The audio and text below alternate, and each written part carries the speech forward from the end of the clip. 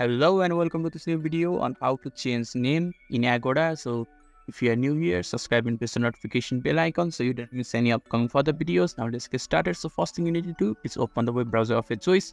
In the top of the web browser there will be a search bar. Now you just have to type Agoda and press enter in the keyboard, and the search results will be shown to you. You just have to click on the first search result.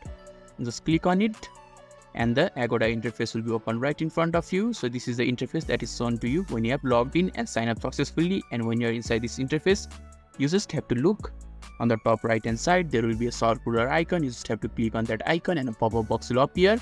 And inside my account section and in the bottom there will be a profile section. You just have to click on the profile and your profile page will be appear. And in order to change the name, you just have to look on the right hand side of the name section and there will be edit button. You just have to click on it, and now you can just remove your previous name and add your new name and add your last name. Now you can just click on the save button and you will be able to change your name on Agoda. So if this video is helpful to you, don't forget to leave a like button. Thank you.